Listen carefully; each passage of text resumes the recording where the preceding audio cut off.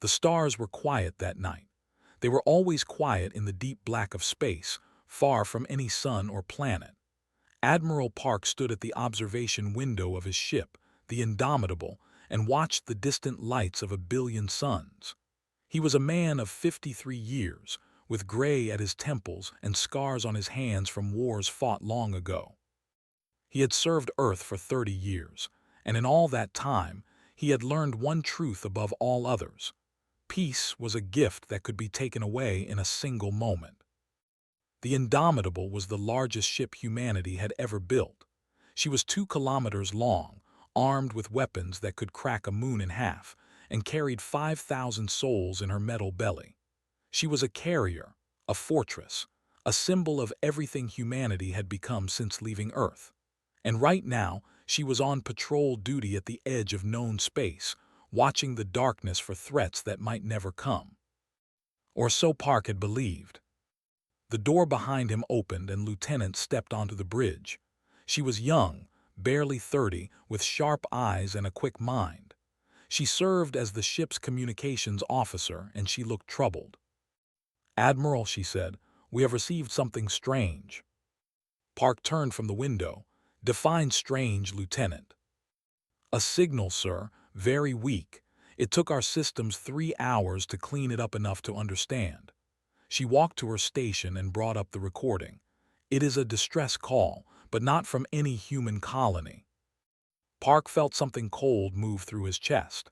In 300 years of space travel, humanity had met dozens of alien species.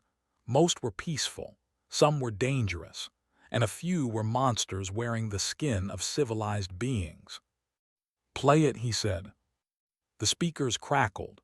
Then a voice came through, thin and desperate, speaking in patterns that the translation software struggled to understand. But the meaning was clear enough. "Please, anyone who hears this, they are coming. They will consume everything. We cannot fight. We are not warriors. Please, help us. Please." The message repeated. Again and again, the same words, the same fear. His face was pale. "The signal comes from a moon called 4 in the system. They are a peaceful species. They have no military. They have never harmed anyone." "How old is this signal?" 3 weeks, sir. It took that long to reach us." 3 weeks. Park closed his eyes. In 3 weeks, a lot of terrible things could happen. "Is there anything else?" he asked. Hesitated. "Yes, sir.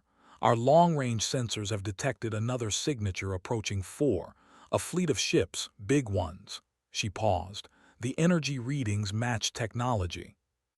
The bridge went silent. Every spacefaring species knew about They came from a death world, a planet of poison air and crushing gravity where everything that lived had evolved to kill. They had clawed their way to the top of their food chain and then they had reached for the stars. They did not trade. They did not negotiate. They conquered. They consumed. And when they were done with a world, they left nothing behind but ash and bones. The Galactic Council, that great gathering of peaceful species, had tried to reason with them once. They had eaten the diplomats.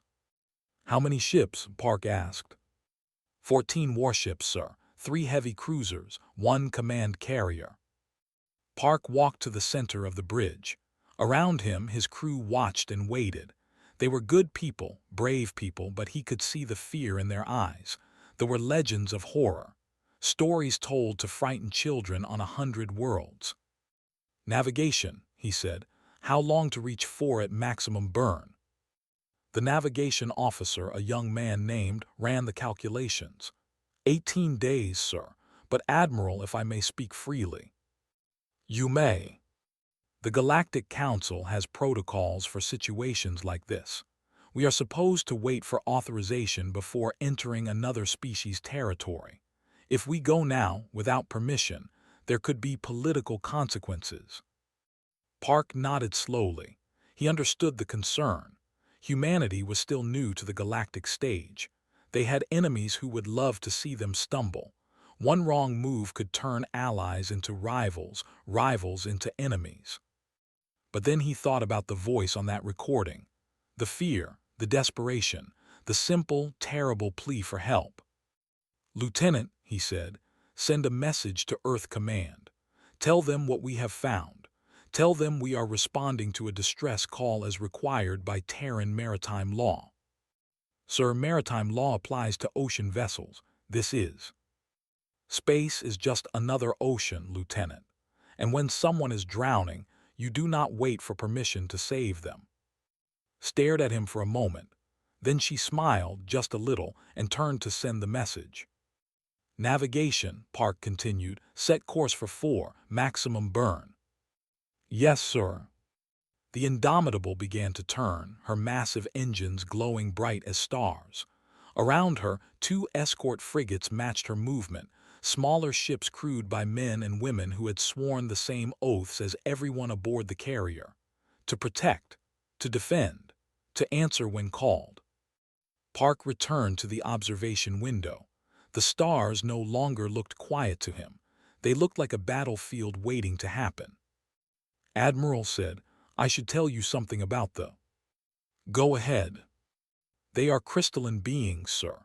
They grow like plants, live for thousands of years, and have never developed weapons of any kind. Their entire civilization is built on art and philosophy. They do not understand violence." "Then they will not understand what is about to happen to them." "No, sir, they will not." Park was quiet for a long moment. He thought about Earth, about the long history of his species. Humans had been violent once. They had fought wars over land, over resources, over ideas.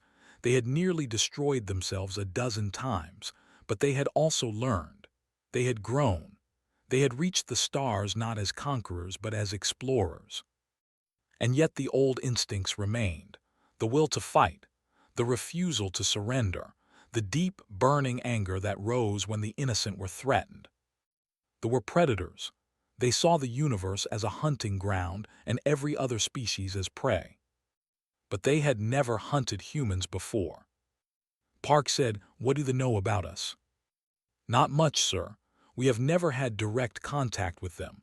They probably know we are a death world species like them. They probably think that makes us similar." Park smiled, but there was no warmth in it. "They think wrong." The Indomitable accelerated into the darkness, carrying 5,000 humans toward a battle that none of them had asked for, but all of them were ready to fight. In 18 days, they would reach 4. In 18 days, they would face the most dangerous species in the known galaxy. And they would learn a lesson that many had learned before them, written in blood and fire across human history. Never mistake humanity's kindness for weakness. Never assume that because humans could be peaceful, they had forgotten how to make war. And never, ever ignore a cry for help that reached human ears. Because humans remembered what it was like to be helpless. They remembered the fear, the desperation, the prayers sent into the darkness hoping someone would answer. And they had sworn long ago that they would always answer. No matter the cost. The Indomitable dropped out of hyperspace, and the crew saw hell. 4 was burning. The small moon, once covered in forests of crystal trees and cities of glass, was now wrapped in smoke and fire. From orbit, Park could see the orange glow of 1,000 fires, spreading across continents like a disease. The beautiful towers that they had spent 10,000 years building were falling, one by one, into ruin. And above it all, circling like vultures over a dying animal, were the warships. There were 14 of them, just as the sensors had predicted. Black ships, sharp and angular, covered in weapons that pulsed with ugly red light. They moved in formation around the moon, launching smaller craft toward the surface. Landing parties. Hunters going down to finish what the orbital bombardment had started. Lieutenant's voice was barely a whisper. "Admiral, the population of 4 was 12 million. Was?" Park asked. "Sensors show approximately 2 million life signs remaining. They are concentrated in the northern ice regions. They have not reached them yet." 2 million, 10 million beings dead in 3 weeks.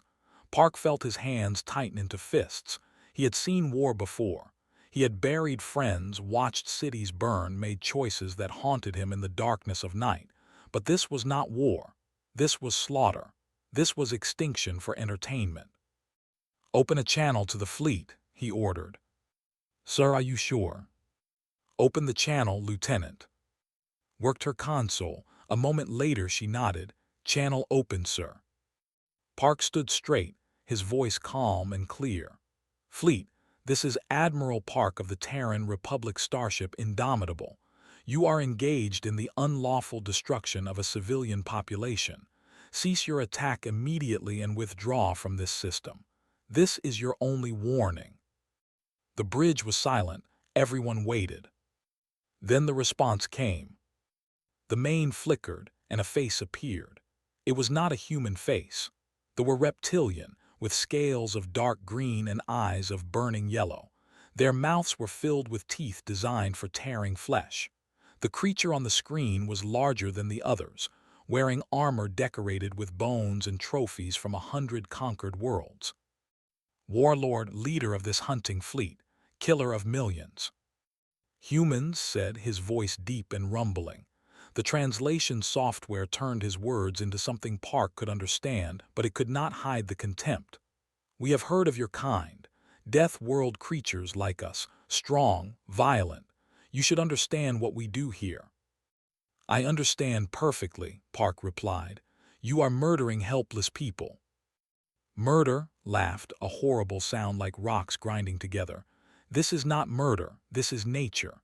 The strong consume the weak. They are weak.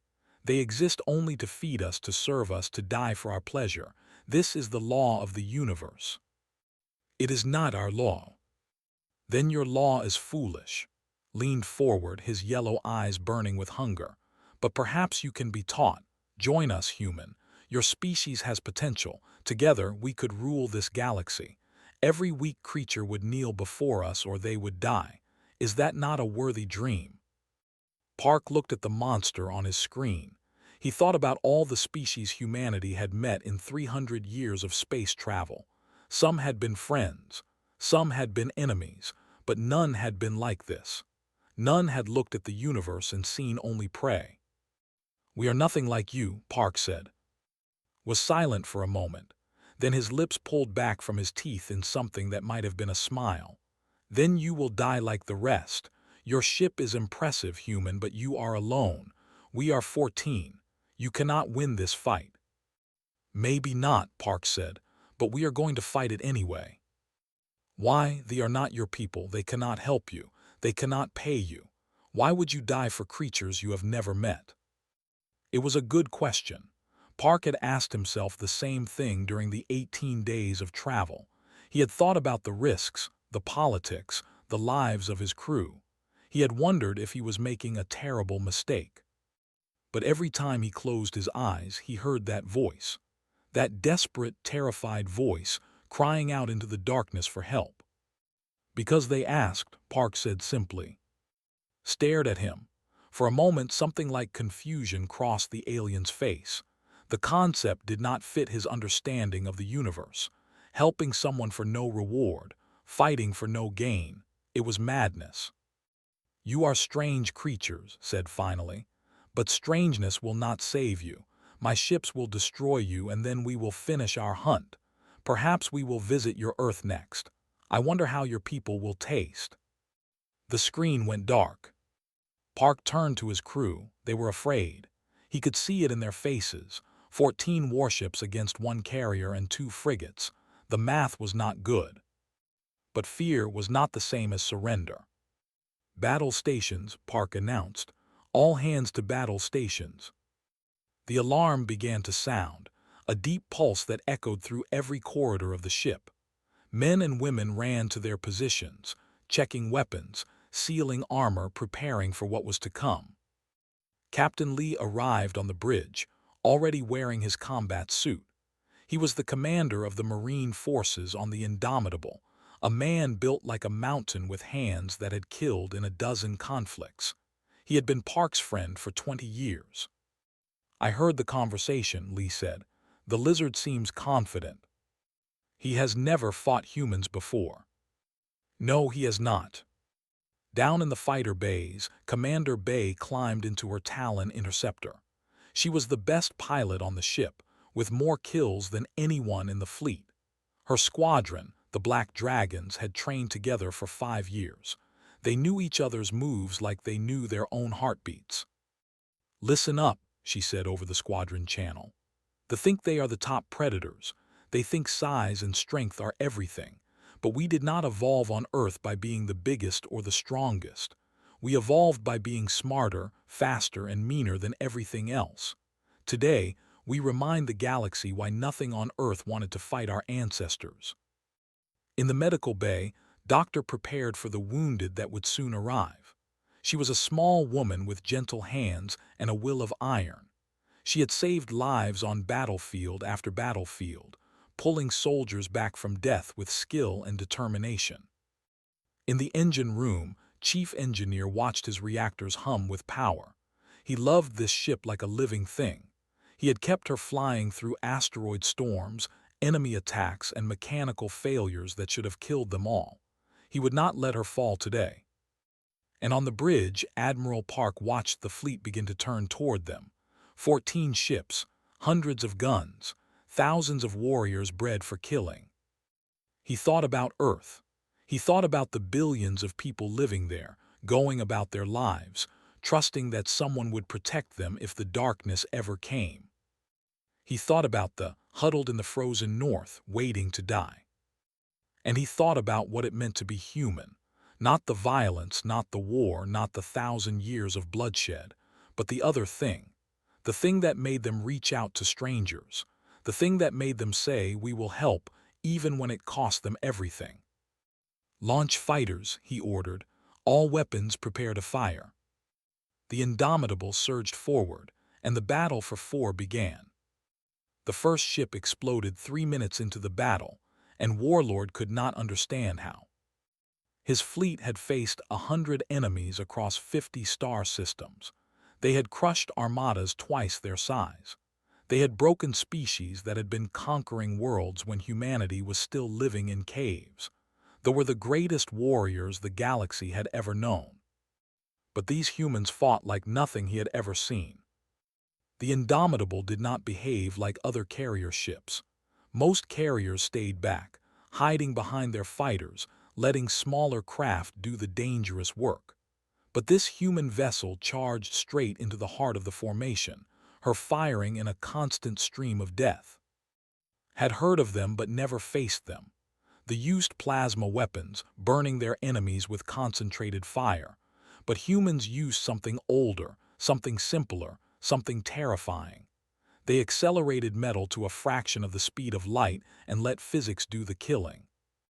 The first round hits lead destroyer before the ship could even raise its shields. Tungsten, traveling at 50,000 kilometers per second, punched through armor like a needle through skin. The destroyer's reactor ruptured. The ship broke in half. 300 warriors died in an instant. "Return fire," roared. "All ships concentrate fire on the carrier." Plasma bolts streaked across space, dozens of them, enough firepower to melt a small moon. But the human ship was moving, twisting, dancing through the barrage with a grace that should have been impossible for something so large. And the shots that did connect splashed against energy shields that flickered but held. How were they doing this? Ships were faster than most prey species, but these humans matched them move for move, as if they had been born in the void itself. In her Talon interceptor, Commander Bay smiled as she put 3 missiles into a gunship. The enemy vessel spun away, venting atmosphere and bodies into the darkness. "They are slow," she reported to the Indomitable. "Predictable, they attack in straight lines, they do not adapt." "Confirmed," came the reply from the bridge. "All squadrons exploit their blind spots. They cannot track fast-moving targets." The Black Dragons swept through the formation like wolves through a flock of sheep. Talon interceptors were small, nimble, designed for pilots who had grown up in Earth's heavy gravity. Human reflexes were faster than most species. Human bodies could survive acceleration that would kill softer creatures. and human minds could process combat at speeds that left the struggling to keep up. Wingman Lieutenant Shin destroyed a fighter with a burst of fire. They rely too much on their size. They think being big makes them strong. Being big makes you a bigger target, replied. She rolled her interceptor, dodging a plasma bolt, and launched her last missile at a corvette. The missile found the ship's engine. The corvette went dark, drifting helplessly. On the surface of 4, Captain Lee dropped from the sky in his powered, leading 200 Marines into the heart of the landing zone. The ground forces were massive. Each warrior stood over 2 meters tall, covered in natural armor, armed with blades and plasma rifles. They had been hunting for 3 weeks, killing without resistance, growing confident in their superiority. They were not prepared for humans. Lee hit the ground running, his servos amplifying his strength tenfold. A warrior charged him, blade raised. Lee caught the blade on his armored forearm, twisted, and drove his combat knife into the creature's throat. The fell, choking on its own blood. Spread out, Lee ordered. Fire teams protect the refugee columns. Snipers take elevated positions. The Marines moved with practiced precision. They had trained for this kind of fight 1,000 times. Close quarters, urban warfare, protecting civilians from superior numbers. This was what humans did best. Corporal set up her position on a ruined crystal tower, sighting through her rifle's scope. An officer was directing troops toward a group of fleeing. She put a round through his skull from 800 meters away. The troops scattered in confusion. "They do not understand," said quietly. "They think they are the hunters." Private moved beside her, laying down covering fire. "They have never been hunted before. Time to teach them." The battle raged across the surface. Warriors fell by the dozens, then by the hundreds. They were stronger than humans individually, yes, but humans did not fight as individuals. They fought as teams, covering each other, supporting each other, sacrificing for each other. And they fought with weapons designed by a species that had spent its entire existence figuring out better ways to kill things bigger than itself. In orbit, the tide was turning. The Indomitable had destroyed 3 warships and crippled 2 more. Her escort frigates, the Defiant and the Resolute, had each claimed kills of their own. The fleet was in chaos, their formation broken, their confidence shattered. Warlord stood on his bridge, watching his empire of fear crumble around him. "How?" he demanded. "How are they doing this? They are one ship, one species, we are the—" His tactical officer had no answer. The displays showed disaster after disaster.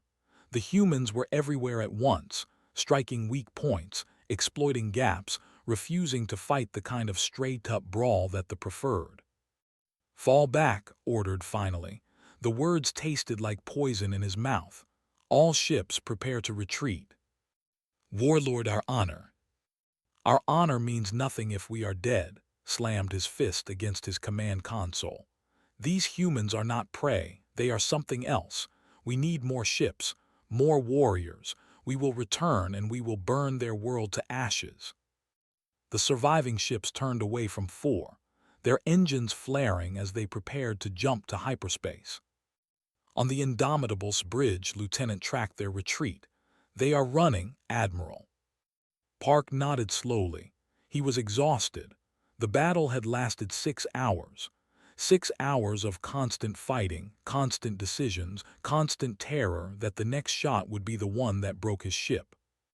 "Let them go," he said. "Sorry. We came here to save not to start a war with the Empire." Park looked at the burning moon below them. "Besides, we have work to do." On the surface, Captain Lee watched the landing parties fall back to their shuttles. The aliens were retreating, abandoning their hunt, leaving behind hundreds of dead. The surviving emerged from hiding, their crystalline bodies trembling with fear and confusion. Lee removed his helmet and breathed the thin, cold air. His Marines gathered around him, battered and bloody but alive. They had lost 47 people in the fighting. 47 humans who had given their lives for a species they had never met. A elder approached, moving slowly, carefully. Its body was pale blue crystal, cracked in places from the violence it had witnessed. It spoke, and Lee's translator turned the words into something he could understand. "Why did you come?" Lee looked at the elder. He thought about the question. He thought about home, about Earth, about the long history of violence and war that had shaped his species. He thought about the choice they had made, long ago, to be more than just predators. "Because you asked for help," he said simply. The elder did not understand. Lee could see that. The concept was foreign to a species that had never known conflict, never needed rescue, never imagined that strangers would fight and die for them. But understanding would come later. For now, there was work to do. "Admiral," Lee said into his communicator, "the surface is secure. Beginning rescue operations." "Understood, Captain. Medical teams are on their way."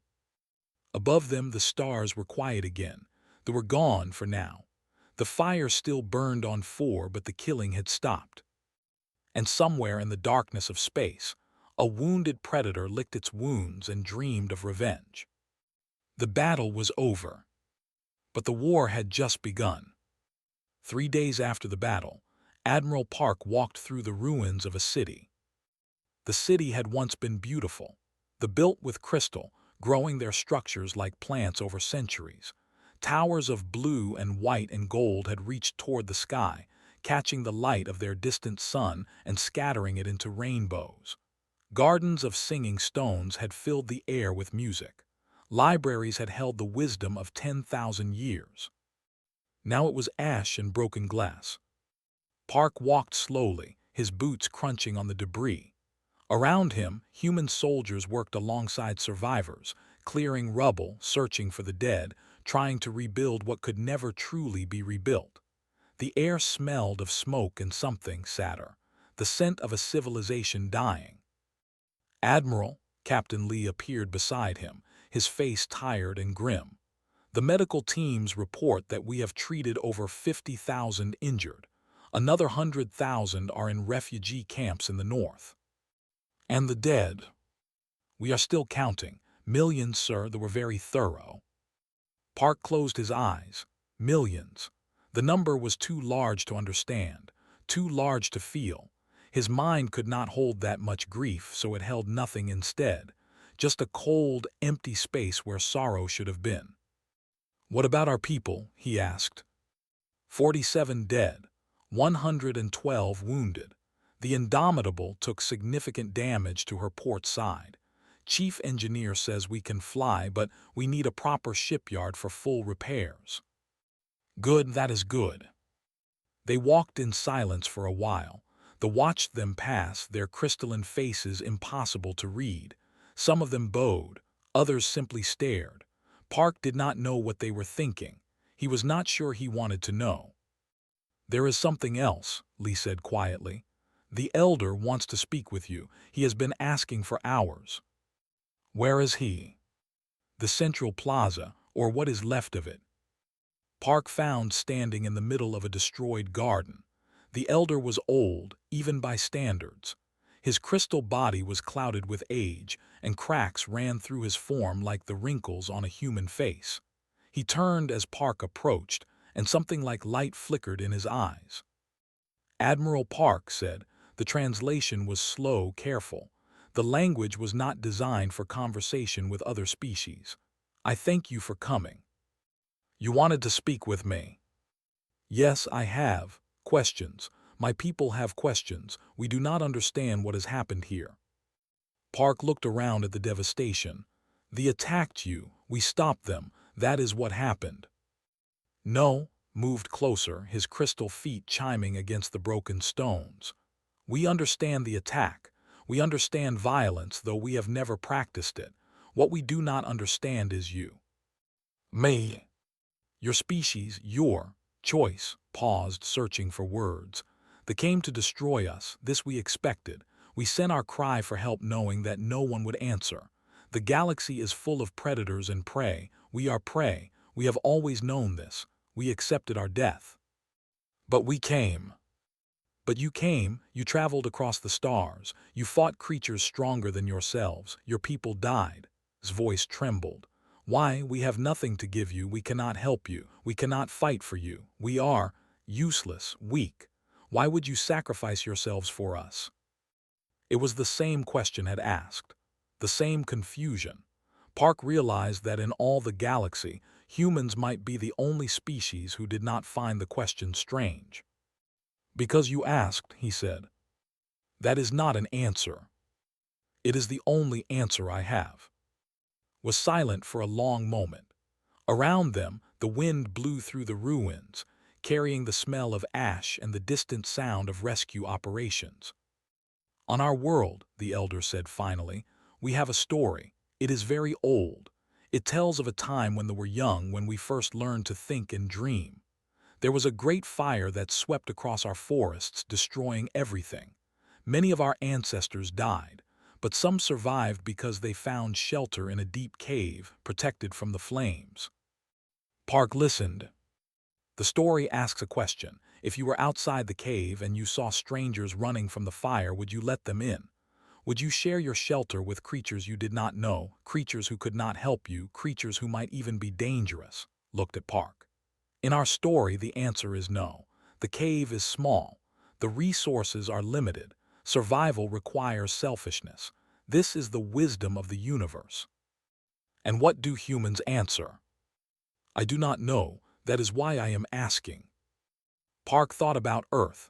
He thought about the long history of his species. The wars, yes, the cruelty and the hatred, but also the other things. The moments when strangers helped strangers. The times when people risked everything for nothing. The deep, strange impulse that made humans run toward danger instead of away from it. We let them in, he said. We always let them in. Even if it means you might die. Especially then. Did not respond, but something changed in his posture. Something like understanding, or perhaps the beginning of understanding. Your species is very strange, Admiral Park. I know. I do not think the galaxy is prepared for you. Park almost smiled. The galaxy will have to adapt. They stood together in the ruins as the sun set over four. The sky turned colors that Park had never seen before, shades of purple and gold that painted the broken crystal towers in dying light. It was beautiful in a sad and terrible way. What happens now? Asked. Now we help you rebuild. We bring food, medicine, engineers. We help you bury your dead and heal your wounded. And Park's expression hardened. They will come back. They will bring more ships, more warriors. They will try to finish what they started. Then we will die after all. No, Park turned to face the elder directly. When they return, humanity will be here. We will stand between you and them. We will fight. You cannot protect us forever. Maybe not, but we can protect you today, and tomorrow, and the day after that. We can keep protecting you until you are strong enough to protect yourselves, or until we find a way to stop them permanently. Why? Asked again. Why would you do this? Park looked up at the stars. Somewhere out there they were gathering their forces. Somewhere out there, other species were suffering, crying out for help that might never come.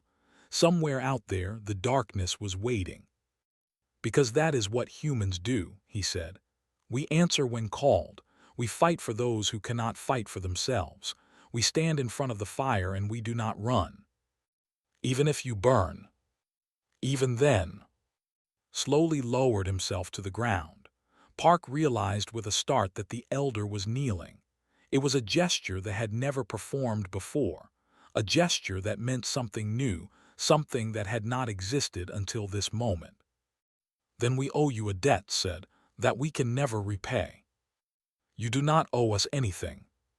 Perhaps, but we will remember.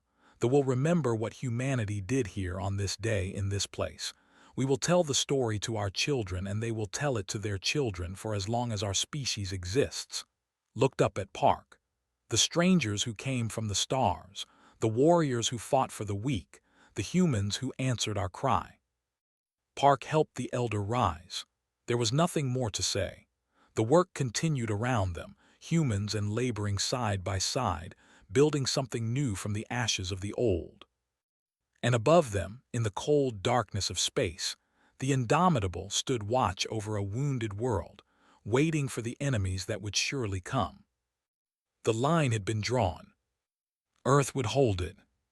The news spread across the galaxy like fire through dry grass. On 1,000 worlds, beings of every shape and size gathered around their communication devices and watched the recordings. They saw the fleet circling 4. They saw the Indomitable arrive, alone, impossibly outnumbered. They saw the battle, the explosions, the desperate fight. And they saw the humans win. The Galactic Council was in chaos. The Council had existed for 10,000 years, a gathering of the oldest and most powerful civilizations in the galaxy. They made laws. They settled disputes. They maintained the peace through careful diplomacy and strategic inaction. They had survived by never taking sides, never interfering, never risking anything that might upset the delicate balance of power. And now a young species from a small planet had done something unthinkable. They had challenged they had won, and they had done it not for profit or territory, but simply because someone had asked for help. The council chamber was shaped like a great bowl, with seats rising in tiers around a central platform.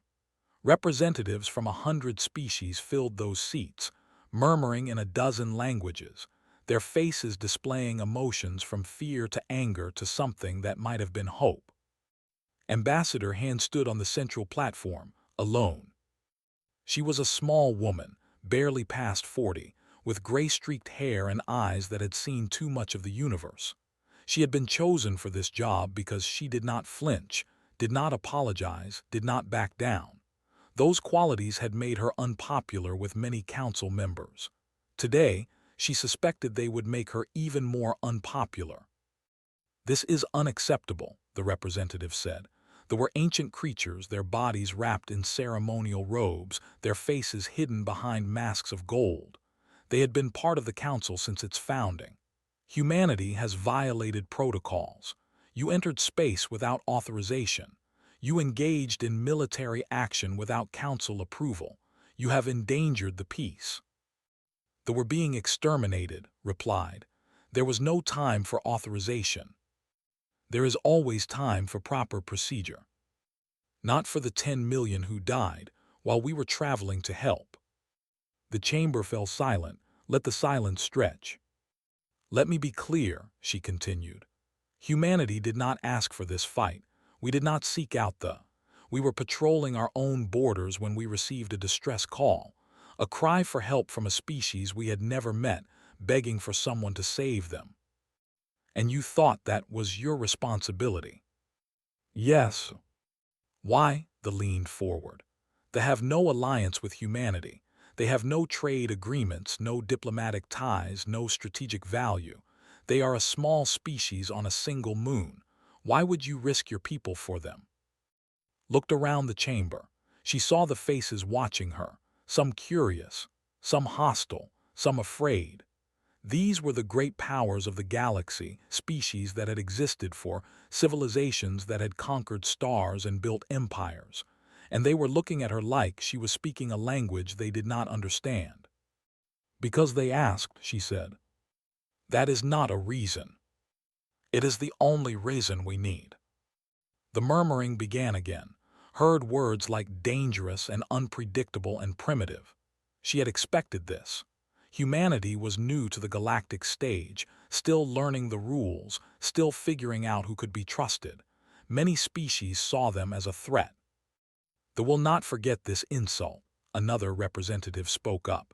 This one was a being of living stone, slow and ancient and cautious. "They will seek revenge. They will bring their full fleet against humanity. And when that happens, what will you do? Will you come crying to the council for help?" Smiled, but there was no warmth in it. "No, we will fight. You will lose. Perhaps, but we will not hide." She touched a control on her platform, and a holographic display appeared above her. This is the Indomitable, the ship that fought at 4. She is currently being repaired in orbit around the moon. The image shifted. More ships appeared, carriers, cruisers, destroyers, a fleet gathering in the darkness of space. This is the Terran First Fleet, 12 capital ships, 40 support vessels, 50,000 human soldiers. They are en route to 4 as we speak. The murmuring stopped. "The will return," continued. "We know this. We are prepared for it. When they come, they will find humanity waiting." She looked directly at the representative. "We are not asking for your help. We are not asking for your approval. We are simply telling you what we are going to do." "And what is that?" "We are going to protect the. We are going to defend any species that asks for our protection. And we are going to make them understand that there are lines that cannot be crossed." "You cannot enforce your will on the galaxy," they said. "You are one species. There are thousands of us. We are not trying to enforce our will. We are simply saying that we will answer when called. Any world that cries for help will be heard. Any species that faces extinction will find us standing beside them." Paused. "That is humanity's promise to the galaxy." The chamber erupted. Representatives shouted at each other at the empty air. Some called her arrogant. Some called her dangerous. Some simply sat in stunned silence, trying to understand what was happening. In the far corner of the chamber, a representative of a small species called the Rose from his seat. There were soft creatures, vulnerable, often preyed upon by larger civilizations. They rarely spoke in council meetings. "I have a question," they said quietly. The chamber slowly fell silent, nodded for him to continue. "You say you will protect those who ask. You say you will fight for those who cannot fight for themselves." This voice trembled. "Does this promise include species like mine, small peoples, weak peoples, those who have nothing to offer?" Looked at the small creature. She thought about the huddled in their ice caves, waiting to die. She thought about the cry for help that had echoed across the stars. "Especially species like yours," she said. "The weak, the small, the forgotten, those are exactly the ones we will fight for." They made a sound that the translation software could not quite interpret. It might have been a sigh. It might have been a sob. It might have been something entirely alien. "Then perhaps," they said, "there is hope after all." Far away on the edge of space, Warlord gathered the clans. He stood before a gathering of warlords, the greatest warriors of his species, the leaders of fleets that had conquered 100 worlds. He told them of the battle at 4. He told them of the human ship that had fought like a demon. He told them of his plan for revenge. "We will bring every ship we have," he declared. "We will burn Earth to ashes. We will make the humans pay for their insult." But the warlords were silent. They had seen the recordings. They had watched their warriors fall. They had seen something they had never seen before, ships running from a fight. "These humans," one warlord said slowly, "they are death world creatures like us." "Yes, but we are stronger. We are more numerous. We will crush them." "Will we?" The warlord shook his head. "I have studied the recordings. The humans did not fight like prey. They did not fight like predators. They fought like something else entirely, something I do not understand." "They fought like creatures who were not afraid to die," another warlord added. "They fought for people they did not know. They threw themselves into danger for no reward. This is madness." "It is weakness," insisted. "They are soft. They care about things that do not matter." "Perhaps, or perhaps caring is what makes them dangerous."